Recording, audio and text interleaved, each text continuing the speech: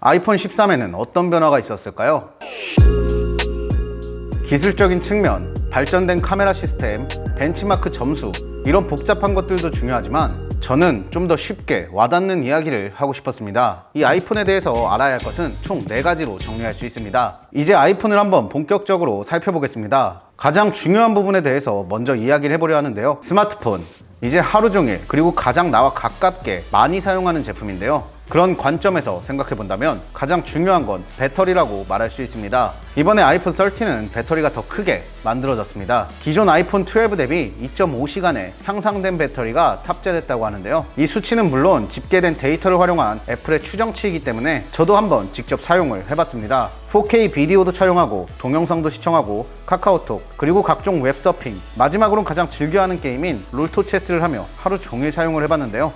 확실히 오후 6시가 되어도 배터리의 용량이 꽤나 많이 남아있어서 용량이 커졌다는 게 실제 사용자 입장에서도 확실히 체감이 될 정도였습니다. 애플이 2.5시간이 늘어났다고 말하는 부분은 충분히 합리적인 것 같습니다. 아이폰은 원래도 배터리 용량은 작지만 최적화가 잘 돼 있어서 배터리 타임은 꽤나 괜찮게 느껴졌는데요. 이번엔 물리적인 용량 자체가 커짐으로써 배터리 타임 자체는 굉장히 훌륭해진 것 같습니다. 두 번째는 요즘 나오는 스마트폰들이 가장 신경을 쓰는 부분이며 기본이라고도 말할 수 있는 카메라입니다.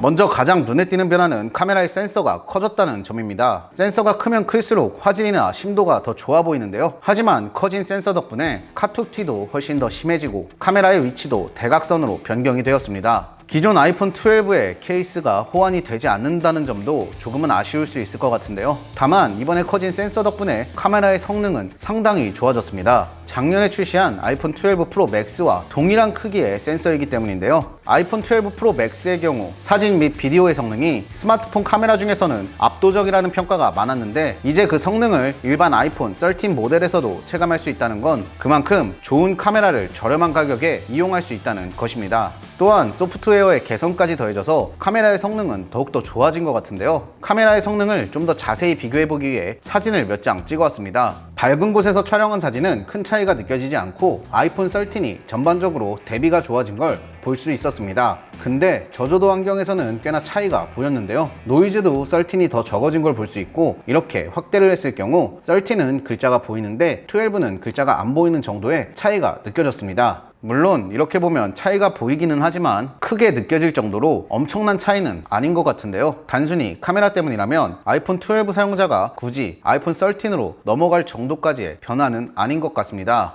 다만 아이폰 12 이전 모델의 사용자라면 아이폰 13은 좋은 선택이 될 수 있을 것 같습니다. 12에서 아쉬웠던 점들이 대부분 좋게 변화가 되었고 늘어난 배터리나 편리한 충전을 위한 맥세이프 기능, 뛰어난 OLED 디스플레이 등 아마도 10 또는 11 사용자라면 만족을 충분히 하실 것 같습니다. 세 번째는 다시 돌아와서 카메라에 대한 이야기입니다. 이번에 새로 생긴 카메라 옵션은 2가지가 있는데요. 시네마틱 모드만 화제가 되어서 대부분 몰랐지만 사진 스타일이라는 게 생겼습니다. 애플이 말하길 단순한 필터가 아니라 촬영을 할 때 소프트웨어 자체에서 화이트 밸런스나 색상을 결정하게 하는 방식 자체를 바꾸는 옵션이라고 하는데요. 확실히 스타일마다 필터의 느낌이 아니라 사진 자체의 느낌이 다르게 나오기 때문에 좀 더 다양한 색감의 사진 촬영을 할 수 있습니다. 본론 표준 카메라를 사용하거나 스타일의 세부적인 조절도 가능합니다.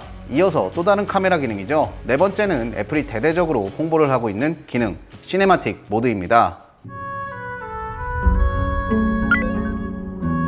이것이 시네마틱 모드입니다. 포커싱이 맞는 곳을 제외하고는 소프트웨어에서 흐림 효과를 주는 것입니다. 그리고 이런 식으로 자동으로 인식도 되는데요.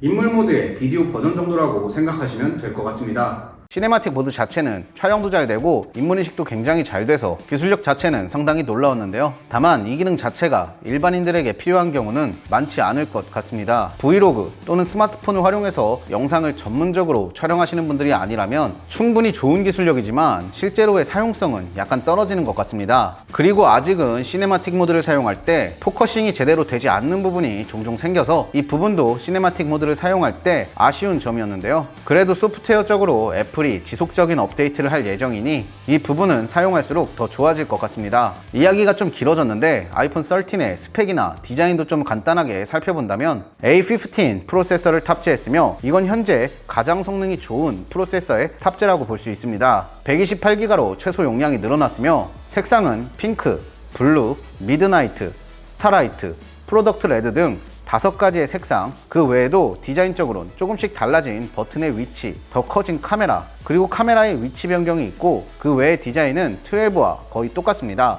그래서 저는 개인적으로 아이폰 13이라는 이름보다는 아이폰 12에서 디자인과 기능만이 조금 더 좋아졌기 때문에 아이폰 12S라는 이름이 더 잘 어울리는 제품인 것 같습니다. 자, 그래서 총 정리를 하자면요, 아이폰 13을 고민하신다면 딱 3가지만 기억하시면 좋을 것 같습니다.